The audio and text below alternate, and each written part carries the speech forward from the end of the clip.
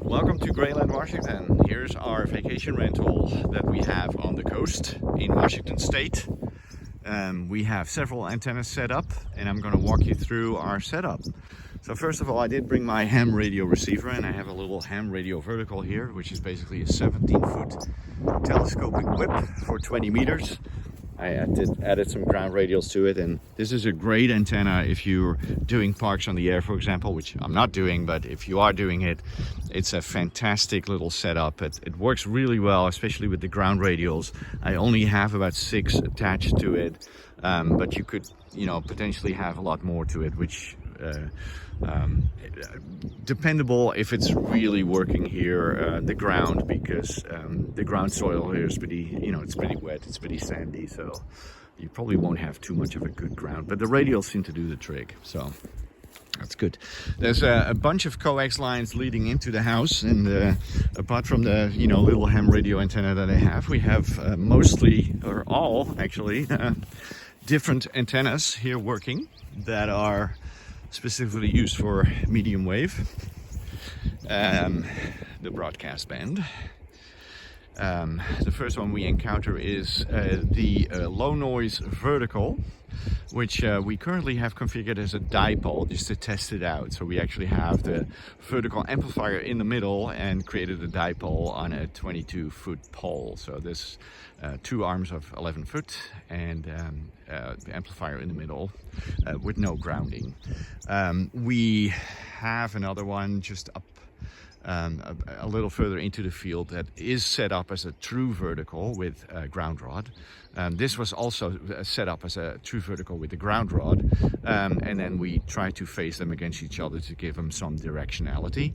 That seemed to work well, although our finding is that the signal level of the DX coming in was too low for any real DX. To make it a real DX killer, or real DX, well, I wouldn't say killer, the real DX antenna. Another antenna here on the other side, not to be confused with the high Z vertical. This is just a mast for one of the deltas that we are phasing against each other. We have 2. One pole is over here, and then if I go to the left here a little bit, you'll probably see another pole, and there's a little bit of a distance there. You can see it there. That is another pole, that supports another delta, and 2 of these deltas, which I believe were, don't hang me up on this, I think they're both 120 feet, and then the top wire I believe is 135 feet, and 2 of those are being phased against each other to give them directionality to the west. But as you can see, this is the furthest, the west delta loop that we have. That's being terminated here with a fixed resistor, literally, as you can see. So this is the outward facing loop towards the west, and then we have the other loop here. As you can see, that has the amplifier here on it and a choke. And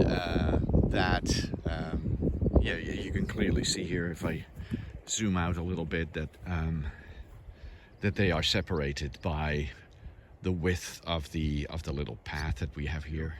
So on the left of that we have this DKAZ. Those are the 2 orange masts that I hopefully you can see.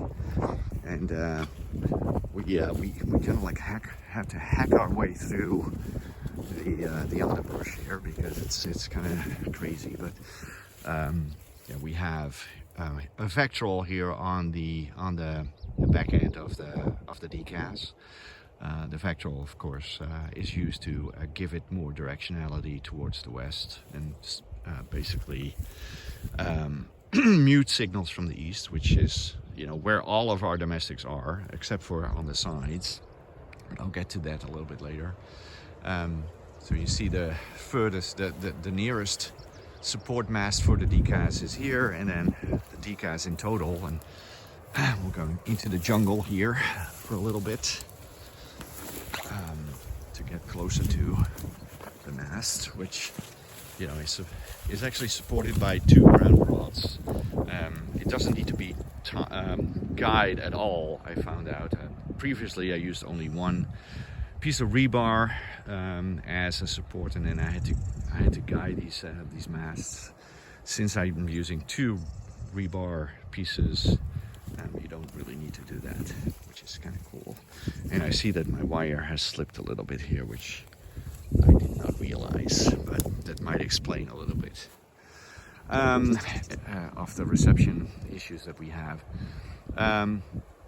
So as you can see, there's quite a lot of wind here, but on the far end here, almost into the sandy dunes, we have the furthest supporting pole for the DKAZ, and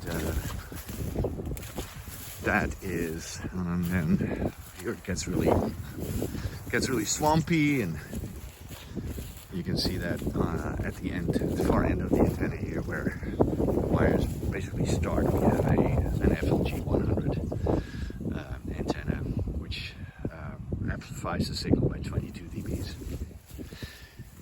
And here's a look back at all the antennas. But as you can see, there's quite a lot of wind, so they're bending nicely. But so yeah, as you can see, it's pretty nature here. We're really close to the sea. You can't see it, but it's right over that little light, right over this ridge. And that's the ocean. That's the Pacific Ocean. And, yeah, pulling in some nice Australian and New Zealand stations here. Well, that's it from Grayland, Washington. Thanks for watching, and see you again.